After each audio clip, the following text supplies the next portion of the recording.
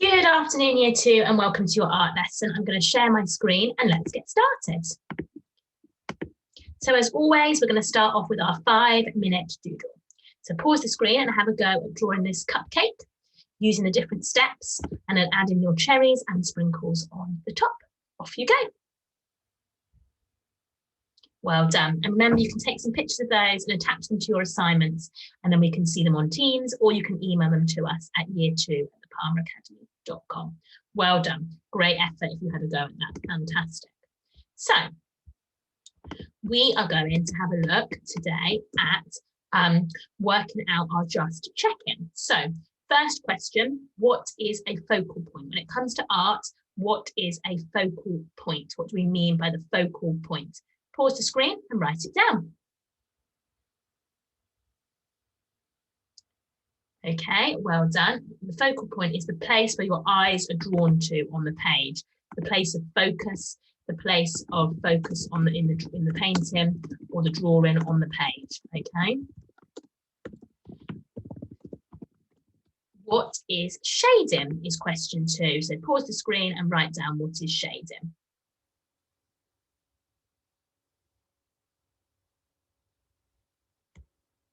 Okay, well done.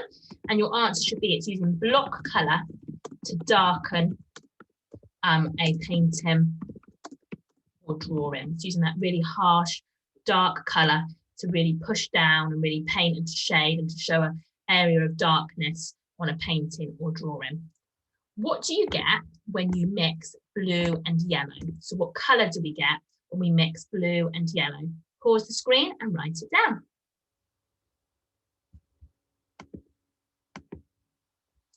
And your answer should be green. Okay, so well done, you got it right, fantastic. And who can remember what was the name of the artist we looked at last term when we were thinking and learning all about still life? What was the famous artist whose still life work we were looking at? See if you can write it down, pause the screen and have a go now. Well done. And the answer should have been Morandi. Okay, you should have written down Morandi, the artist that we looked at last term. Okay, well done if you got that right. Fantastic. Right, we are now going to move on. So today is the 25th of February and we are going to define cubism. So cubism is a new word we're going to be learning. We're going to be learning about portraits again, and we're going to be looking at Picasso and his artwork and his learning and what he did and how we can work learning the style of him. And one of the ways that he used cubism. So we haven't heard that word before, so we're going to talk about it today. We're going to see examples of cubism and look at them and see what we're going to do. And then we're going to work out from those examples what features cubism has. And then we're going to use artwork to decide how it meets the criteria for cubism. What kind of features does it have of cubism and how does it meet that criteria for what it means?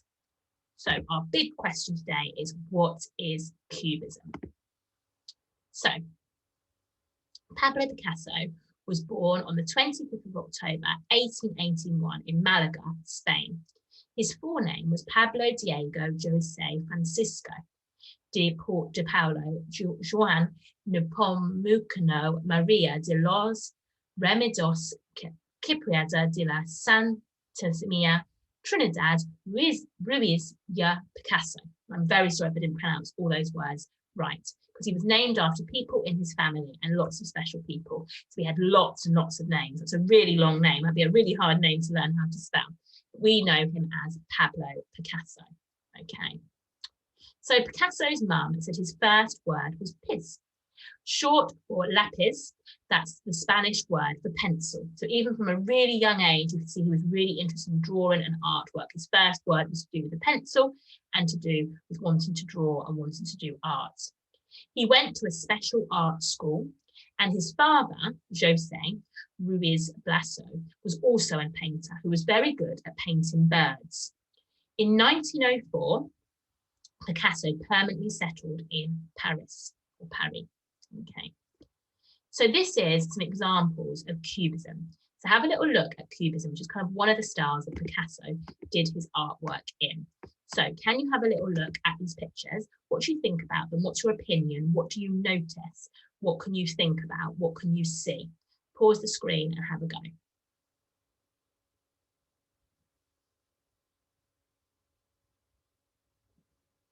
Okay, well done. So if we look over here, we've got the weeping woman. So we can see she doesn't look like a woman. You can see it's a woman. You can see she's got features of a woman, but it's kind of abstract. It's kind of put around in different ways. It's not quite normal or how it would be. When we looked at portraits right at the beginning of the term, when we were in school all those weeks ago, we kind of noticed that those portraits were kind of quick replicas of what the other people looked like. They were the same. They were trying to be as close as perfect to what the person looked like. But this isn't. You can see that the woman's sad. You can see that emotion in her. But they've used different colours. For example, we've got like a green face and yellow bits on her, purple bits on her cheek, and yellow hands and green hands and things like that. So it's very strange looking picture. Very strange. It's kind of, you can see it's got different sized shapes and things that wouldn't normally be that shape and stuff like that. And you can see with these pictures as well, even though they're darker and they're using kind of darker colours, you can see that they're still made up of those random shapes they're kind of put together. You can work out what they are, you can kind of see what they could be. It's kind of not exactly how we would see things in real life. And while we've been doing our portraits and working on the Randy with the still life, we know that they were really much about looking at what real life was and showing that realism. Well, this is Cubism, okay? It's slightly different. It's not as real. It doesn't look like how it should look in real life. And that's the difference between Cubism and realism. So let's have another little look at the next slide, and that will show us what makes a good Cubism portrait. So a good Cubism portrait, like this portrait here, has bold colours, block colours. It's got that real kind of like those colours like a block of it. So not like shading in and out, it's like a big block of that colour. You can see it's a big block of red, a big block of yellow. Bold black lines, which you can see on the face, around on the hat, on the outline, even in the background, you can see those strong, bold black lines. Different proportions, so it's not how it would be in real life. But, you know, things are bigger than they should be, the hands are weirder, everything isn't how it would notice. We're not trying to get things in proportion. When we were doing our portraits, we were trying to make sure, you know, things were symmetrical and the nose was different size to the eyes and things like that. We don't have to worry about that with this. It's different proportion and different placement, strange placement as well. Putting things in different places where they don't need to almost go. So you can see the hands coming up onto the face. And there's also fingers down here, and you can see a mouth coming through. It's very strange, but very interesting to draw. Strong shapes. You can see lots of different shapes and lots of different uses of different pictures within this picture. So you can see there's big circles and long dark lines and things like that. And they show emotions. Even though this is a very strange looking picture, it isn't how we'd see a woman in real life. We can see that she's upset. We can see she's weeping. We can see she's distressed. And that's what their pictures need to show as well. So this painting does fit. You can see the criteria for Cubism. So just talk to somebody or write down some of the things now that you can remember this picture shows that makes it a good Cubism portrait. So that's, you can see, you can remember them. Okay, pause the screen. Right, fantastic. And if you remembered lots of those, good, and see which ones you can really notice in that picture. So your assignment today is going to be, how do we know that this painting is Cubism? So you're going to go onto Teams, you're going to have a little look using the criteria, see if what it meets, seeing if it fits the criteria for Cubism. See which bits it has, which bits you can see, and talk about it at home and write a couple of sentences telling me how you know it's Cubism, because what bits out of this list, what bits out of this criteria can you see in this portrait, in this Picasso painting? Okay, and then submit your work on Teams and I will give you some feedback on there. Okay, can't wait to see it. Looking forward to seeing your work. Take care. Bye for now.